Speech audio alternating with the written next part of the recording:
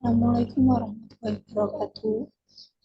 Waalaikumsalam Waalaikumsalam warahmatullahi warahmatullahi wabarakatuh. wabarakatuh. Selamat pagi teman-teman semua. Pagi. Selamat pagi. Oke, pada presentasi kali ini kita akan berdiskusi tentang rancangan kurikulum. Nah,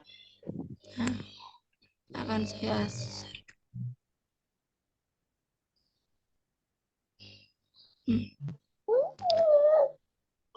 rancangan dan pengembangan kurikulum pada topik 5.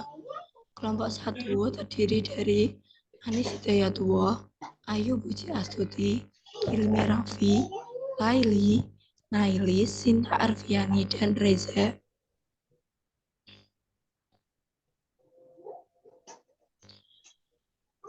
Lembar kerja Where and Why. Fase B, kelas 4, mata pelajaran matematika, materi komposisi bangun datar. Capaian pembelajarannya yaitu peserta didik mampu menyusun atau mengkomposisi dan mengurai atau dekomposisi berbagai bangun dengan lebih dari satu cara jika memungkinkan. Untuk selanjutnya akan disampaikan oleh Saudari Anis Hidayatullah. Yang pertama, apa tujuan pembelajaran Anda?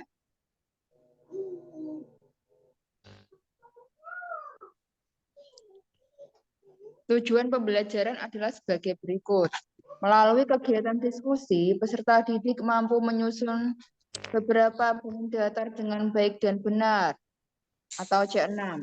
Yang kedua, melalui kegiatan mencoba, peserta didik mampu menentukan banyaknya bangun datar yang dapat disusun menjadi satu bangun dengan baik dan benar, atau C3.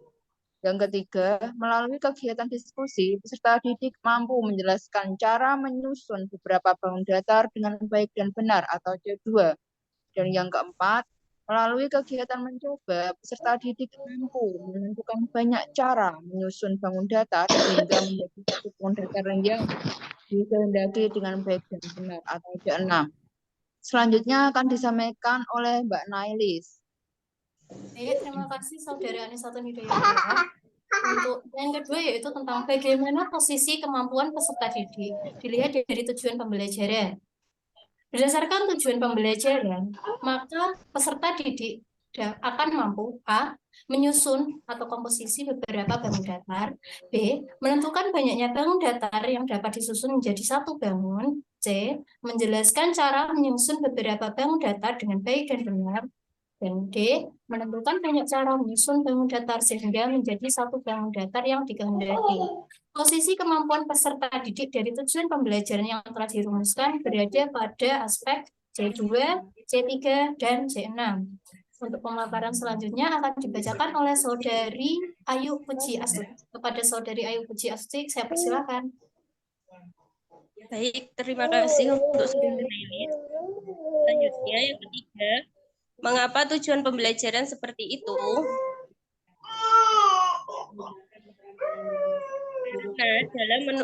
Karena dalam penulisan tujuan pembelajaran harus memuat dua komponen utama, yaitu kompetensi dan lingkup materi.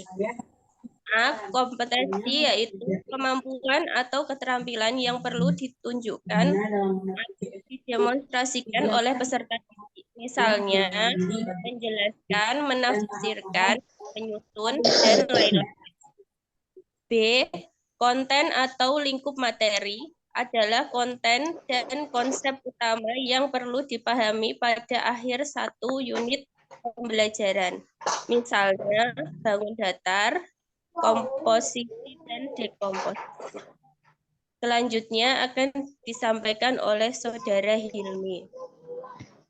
Terima kasih Saudara Ayu. Selanjutnya akan saya sampaikan tentang yang keempat. Tentukan unjuk kinerja. Dalam hal ini adalah dari 6 unjuk kerja tadi. Unjuk kerja dari tujuan pembelajaran adalah menjelaskan dan menafsirkan. Yang pertama, menjelaskan di mana peserta didik mampu menjelaskan cara menyusun sesuai materi dan capaian pembelajaran dengan baik dan benar. Yang kedua, menafsirkan, di mana peserta didik mampu menyusun, mampu menentukan sesuai materi dan capaian pembelajaran secara baik dan benar. Selanjutnya akan disampaikan oleh Saudari Tinta. Ya, baik. Yang kelima, yaitu apa kriteria untuk dinilai dan dipahami? Yaitu yang mampu menjelaskan, akurat. Peserta didik mampu menjelaskan sesuai sumber yang ada. Rubrik akurasi yaitu diantaranya penjelasan sangat sesuai dengan sumber, penjelasan sesuai dengan sumber, penjelasan kurang sesuai dengan sumber, dan penjelasan tidak sesuai dengan sumber. Selanjutnya yaitu koheren. Peserta didik dapat menjelaskan sesuatu dengan berkesinambungan. Rubrik koherensi, penjelasan yang diberikan tidak berkesinambungan, penjelasan yang diberikan kurang berkesinambungan, penjelasan yang diberikan berkesinambungan, dan penjelasan yang diberikan sangat berkesinambungan. Kemudian ada juga dibenarkan.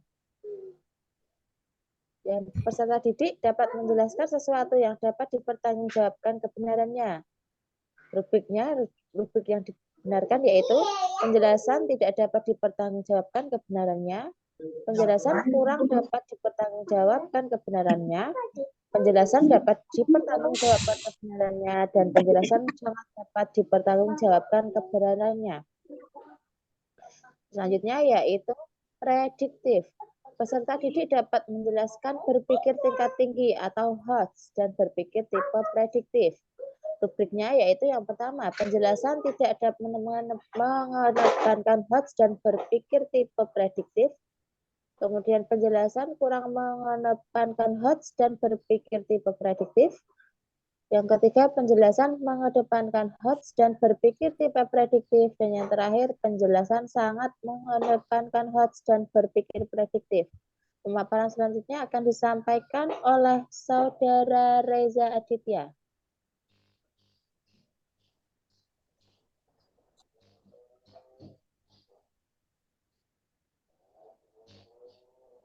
Monggo kepada Mas Reza, kami persilakan.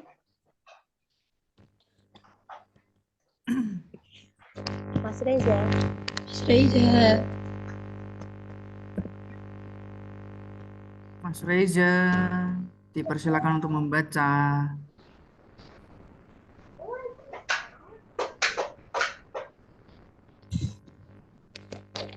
Baik, untuk mempersingkat bisa diwakilkan oleh Saudari Raffi.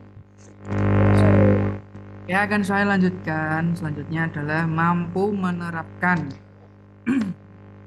Dalam pendekatan UPD, siswa dikatakan mampu menafsirkan jika yang pertama, siswa mampu menerjemahkan informasi tertentu dari bentuk awal menjadi bentuk yang lainnya. Yang kedua, siswa sudah mampu untuk menjelaskan kembali tentang materi yang dipelajarinya dengan bahasanya sendiri. Yang ketiga, siswa mampu menceritakan isi materi yang sudah dipelajari. Sekian presentasi dari kami. Baik, kelompok 4. Apakah ingin ditanyakan?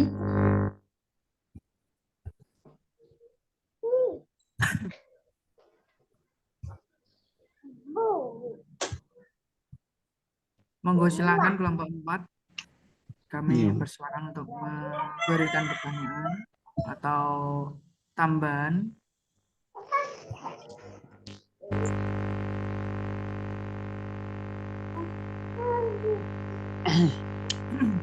Oke, saya Mas.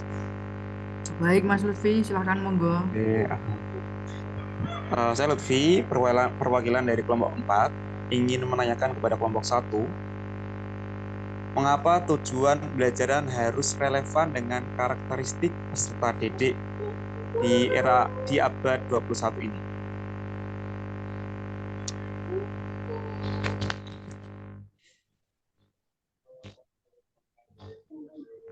Baik, terima kasih pertanyaan dari kelompok 1 oleh Mas Lutfi.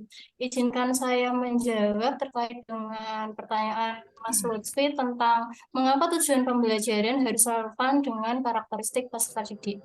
Ya. Kenapa harus seperti itu? Karena agar peserta didik mampu secara optimal dalam mencapai tujuan-tujuan pembelajarannya. Jadi sebelum memulai pembelajaran terlebih dahulu guru harus bertugas sebagai mendiagnosis atau menyelidiki terlebih dahulu terkait dengan kesiapan dan juga karakteristik dari setiap individu dari peserta didik agar pembelajaran dapat terlaksana dengan baik dan juga optimal. Terima kasih. Oke, terima kasih. Bagaimana Mas Lutfi, sudah jelas? Jelas, Mas. Saya ingin menambahkan ya. Baik, silakan Tadi Mas. kan, oke, baik. Untuk mencapai tujuan pembelajaran apa yang diharapkan oleh guru kepada peserta didiknya, maka guru harus mengetahui secara detail maupun paham secara betul tentang karakter, sehingga nantinya guru dapat melaksanakan pembelajaran tersebut sesuai dengan gaya belajarnya dan keunikan masing-masing anak tersebut. Begitu, terima kasih.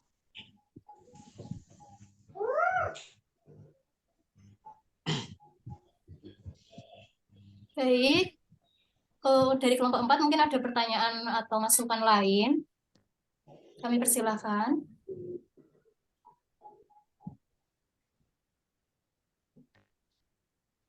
Mbak. Sudah cukup, Mbak. Cukup ya. Baik, terima kasih untuk partisipasi dan masukannya pada presentasi kali ini. Terima kasih. Wassalamualaikum warahmatullahi wabarakatuh. Waalaikumsalam Waalaikumsalam warahmatullahi wabarakatuh. wabarakatuh.